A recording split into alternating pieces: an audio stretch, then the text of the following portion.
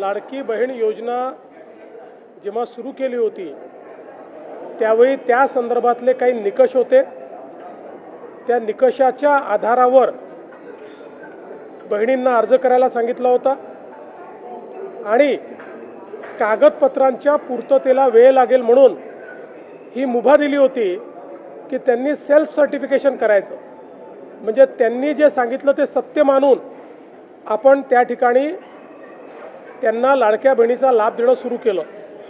पण अर्थातच आपण ज्यावेळी कुठलाही सरकारी पैसा खर्च करतो त्यावेळी त्याचं CAGचं ऑडिट होतं आणि CAGच्या ऑडिटमध्ये निकषांप्रमाणे अर्ज आहेत की नाही याची माहिती द्यावी लागते आणि म्हणूनच योजना सुरू झाल्यानंतर आपण त्याचं KYC सुरू केलं आणि वेगवेगळे जे डेटाबेस होते त्याच्याशी कंपॅरिझन सुरू केलं, ज्याच्यामध्ये इन्कम टॅक्स विभागाकडनं आपण माहिती घेतली, सरकारचे जे काही कर्मचारी आहेत त्यांचं जिथनं पेमेंट होतं त्या पोर्टलमधनं आपण माहिती घेतली, जो काही आपला परिवहन विभाग आहे याच्यामध्ये मोटरची ओनरशिप कोणाकडे आहे 4 व्हीलरची याच्या डेटाबेसची माहिती घेतली, रेशन कार्ड याच्या डेटाबेसची माहिती घेतली आणि ही सगळी माहिती आपण ज्यावेळेस कोलेक्ट केली त्यावेळी असं लक्षात आलं की 5 लाख लोक असे आहेत ज्यांच्या घरी सरकारी नोकरी आहे, 14,000 तर पुरुषच निघाले, जवळपास 10 लाख असे निघाले की ज्यांचं उत्पन्न 2.5 लाखापेक्षा जास्तीचं आहे।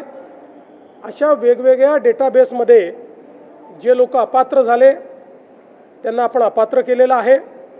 त्यासोबत आपण हे सांगितलं होतं KYC करून घ्या, म्हणजे जे काही माहिती तुम्ही सादर केलेली आहे ती आत्तापर्यंत सत्य मानण्यात आली आहे, आता त्याची कागदपत्र द्या।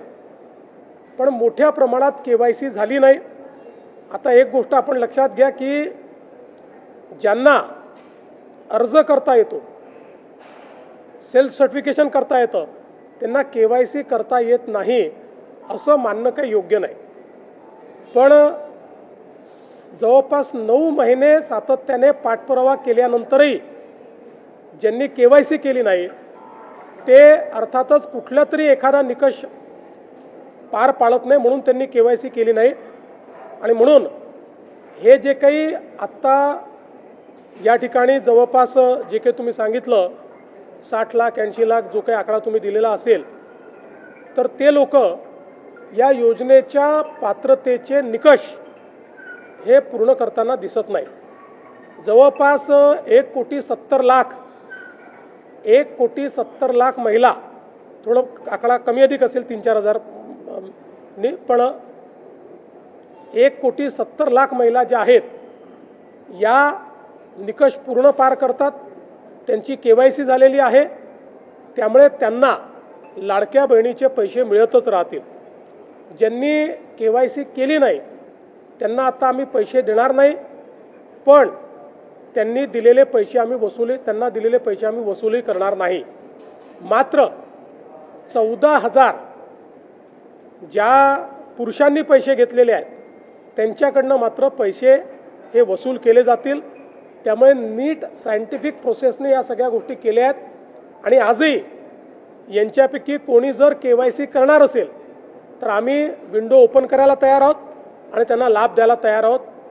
आजही ज्यावेळेस आपण जेवढ्या लाडक्या बहिणींना लाभ देतो देशातल्या कुठल्याही योजनेपेक्षा आजही सर्वात मोठी योजना ही महाराष्ट्राची आहे।